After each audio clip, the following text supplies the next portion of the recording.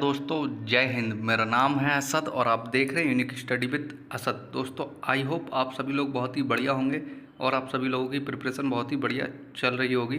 तो इसी बीच मैं आपके लिए एक बहुत ही बढ़िया वैकेंसी लेकर आया हूँ जो कि निकल कर आ रही है तेजपुर यूनिवर्सिटी, जिसमें नॉन टीचिंग की कुछ पोस्ट हैं, जिसमें बैचलर डिग्री और 10th भी मांगा गया है।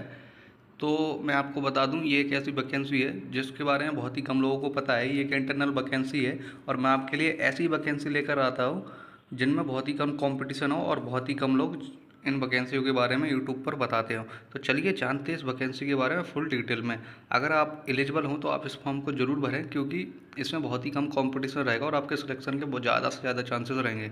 तो चलिए जानते हैं इस वैकेंसी के बारे में फुल डिटेल में। ये इसका ऑफिशियल नोटिफिकेशन है और इसके ऑलरेडी फॉर्म स्टार्ट हो चुके हैं। आप यहाँ पर देख सकते हैं 28 मार्च 2024 से इसके फॉर्म स्टार्ट हो चुके हैं ऑलरेडी, और इसकी लास्ट डेट 15/5/2024 है, यानी 15 मई। अब आप सोच सकते हैं 2 महीने का टाइम है, यानी 2 महीने का टाइम इसलिए दिया गया है कि इसमें बहुत ही कम फॉर्म आते हैं, इन वैकेंसी में बहुत ही कम कंपटीशन रहता है। तो इसके लिए आप इस फॉर्म को ज़रूर भरें।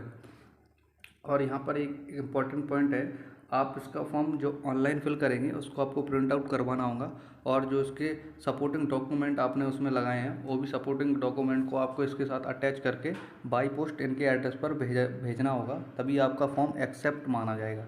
वरना आपका फॉर्म एक्सेप्ट नहीं होगा। आपको यानी ऑनलाइन भी भरना है और ऑफलाइन भी स्पीड पोस्ट के थ्रू भेजना है। तो मैं आपको इनका एड्रेस भी बताऊँगा, सब कुछ बताऊँगा। और उसकी हार्ड कॉपी भेजने की लास्ट डेट है 25 मई 2024। तो आपको ये क्लियर हो गया होगा। और ये इनकी ऑफिशियल वेबसाइट है। आपको मैं ये पीडीएफ टेलीग्राम ग्रुप पर अपने प्रोवाइड करवा दूंगा। जैसे ही आप इस लिंक पर क्लिक करेंगे आप डायरेक्ट इनकी ऑफिशियल वेबसाइट पर चले जाएंगे, जहाँ से आप इस फॉर्म को अप्लाई कर सकते हैं। तो चलिए जानते हैं वैकेंसियों के बारे में फुल डिटेल में। तो आप यहाँ पर देख लें, ये वैकेंसी, पहली vacancy registrar, second internal auditor officer, third deputy registrar. ये बड़ी बड़ी वैकेंसी हैं, इनके लिए बहुत हाई क्वालिफिकेशन मांगी गई है। हम आपको बताएंगे जिसमें ग्रेजुएशन और 10th 12th मांगा जाता है। तो आपको यहाँ पर दिख रहा होगा ये ग्रुप सी की वैकेंसी यहाँ से स्टार्ट होती है, लेबोरेटरी असिस्टेंट, यानी 6 नंबर की वैकेंसी आपको यहाँ पर दिख रही होगी। ये ग्रुप सी की वैकेंसी है और इसमें सैलरी आपकी लेवल 4 की रहेगी, यानी 25,500 आपका बेसिक रहेगा। और इसकी लास्ट एज 32 ईयर्स है। और इसमें खाली एक ही वैकेंसी आपको यहाँ पर दिख रहा होगा, वो भी ओबीसी की है। 7 नंबर वैकेंसी को आप देख सकते हैं, जूनियर अकाउंटेंट, जिसमें 2 वैकेंसी हैं, वो भी 2 भी जनरल की हैं। यहाँ ये ग्रुप सी की पोस्ट है, इसमें भी लेवल 4 की सैलरी रहने वाली है। और इसके लिए यहाँ पर आप देख सकते हैं सबकी एज 32 ईयर्स ही रहने वाली है लास्ट एज। और मिनिमम आप एज मान लो 18 ईयर्स मिनिमम है और maximum 32 years.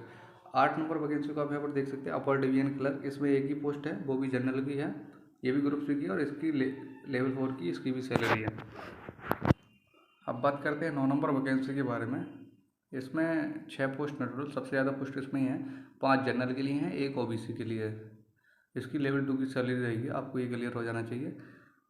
10th number vacancy MTS multitasking staff. इसमें टोटल 5 वैकेंसी है, 2 ईडब्ल्यूएस के लिए और 3 जनरल के लिए है। आपको ये क्लियर हो गया होगा। इसकी लेवल 1 की सैलरी रहेगी, 1800 बेसिक रहेगा। तो आपको ये क्लियर हो गया होगा इसके। अब बात करते हैं इनकी एजुकेशनल क्वालिफिकेशन के बारे में। तो आपको यहाँ पर दिख रहा होगा ये एजुकेशनल क्वालिफिकेशन है इनकी।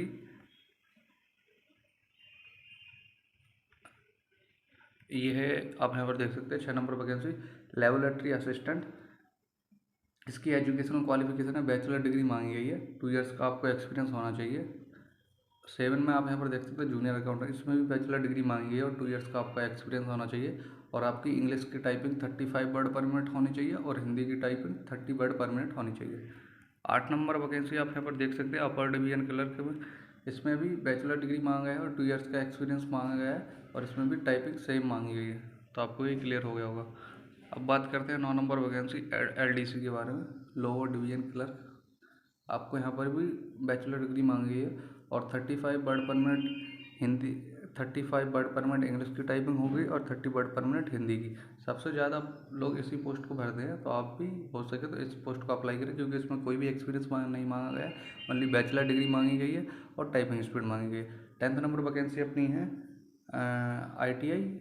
10th नंबर वैकेंसी अपनी मल्टीटास्किंग स्टाफ, जिसमें 10th और ITI पास मांगा गया है। आपके पास 10th हो तो भर सकते हैं, ITI भी हो तो भी भर सकते हैं। इन 2 वैकेंसी को ज़्यादा प्रेफर करना, क्योंकि अगर आप देखें SSC की जो MTS की वैकेंसी है उसके लिए बहुत ही ज़्यादा कॉम्पिटिशन रहता है। अगर आप कंपैरिजन करें, अगर आप इसमें फॉर्म भरते हैं इसमें, तो आपका बहुत ही जल्दी सिलेक्शन हो जाएगा और ज़्यादा से ज़्यादा चांसेस है आपके सिलेक्शन होने के।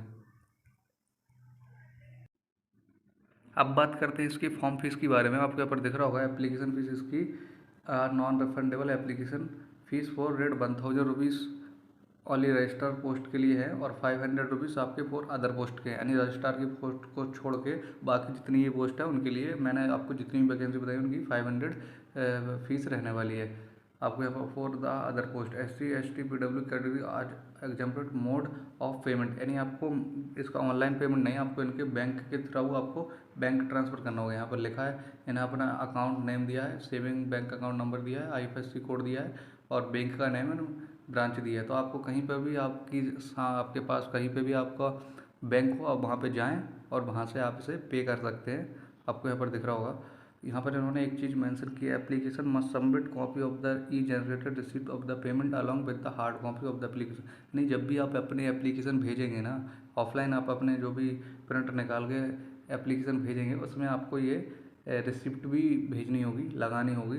जो आप बैंक में आपको एक रिसिप्ट मिलेगी ना, रिसीविंग रिसिप्ट, उसको भी आपको इसके साथ अटैच करके इनके एड्रेस पर भेजना होगा। अब मैं आपको इनका एड्रेस बता दूं, इनका एड्रेस आपको यहाँ पर दिख रहा होगा, ये आप यहाँ पर देख सकते हैं। After submission of the online application in the portal are duly sign hard copy PDF of the completed application must be submitted to the registrar Tezpur university Tezpur, ये इनका पिन कोड है Assam, along with all necessary inclusion including the proof of submission of application fee and no objection certificate NOC wherever applicable by the last date as specified at page number 2, the involve containing the application should be superscribed application for the post name of the post।